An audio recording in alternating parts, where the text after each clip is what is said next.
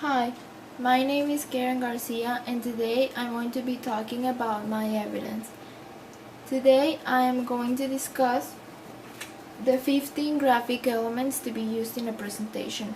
We have what it is the audio and video, the keywords, they are really important. We also have the pictures, graphs, when you want to show a lot of numbers, diagrams, short text, quotes, shapes, patterns, boards and schemes, lines, contrast, texture, font, and props. The relationship of planning. You have to prepare your presentation in a really good way. You also have to limit your speaking points so you can keep the message simple. You also have to remember the benefits of your presentation and to write an outline so with that you can keep the main ideas, and also you have to include a message that is, well, you already know that it's the introduction and the conclusion, which is really important, and that you have to end your presentation with strength. And also don't forget to organize your presentation, and by that I mean to keep the presentation in a logical order. I am also going to talk about the different types of presentations. First, we have the informative presentation. It's to inform people about a certain topic, which it can be in seminars and talks. We have another one which is called motivational. It's to help others to improve and be better people, and it can be in events, workshops, interviews. It can be for a job. An example is as in companies. Persuasive, it's to support an idea to buy or sell a product or service, and it can be whether it's in a company, event. Goodwill, it's to make people improve and to be even better. This can be in after dinner parties and award shows. Multi-purpose, for more than one purpose in dinner parties and much more. The sales, it's to sell something, a product or service, and it can be in expos, conferences, and events. The training, it can be training in a job and it can be in a company, a workshop, and more. Entertainment, it can also be in award shows and to talk about a certain topic. And we also have the political arena, which has to do with political activity, and it can be an example in the government. And then at last we have image building, which is to make people feel even better about themselves, and it can be in workshops and more. We have the communication skills. First off, we have the verbal communication, which is face to face and through our talking.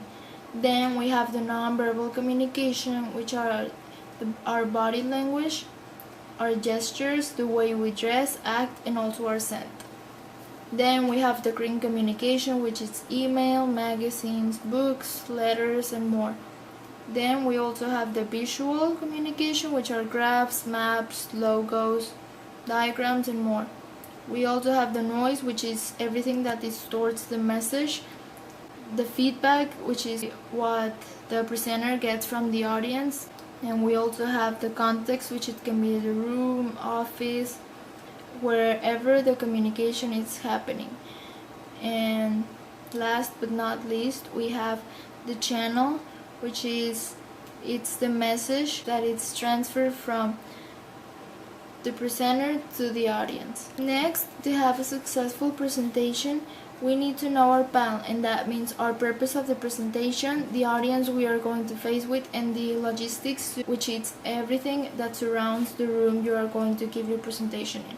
Then you also have to give your presentation in a proper way, because you also have to know your objectives, include an introduction, conclusion, organize your materials, and more.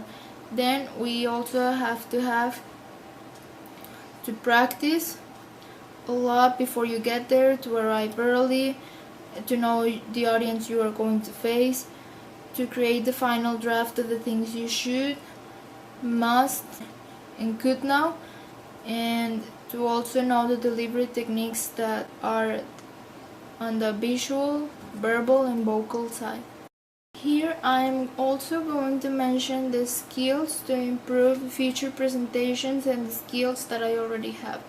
The skills to improve my future presentations are to make eye contact with the audience, to increase the volume of my voice, and to also use open gestures in a moderate way.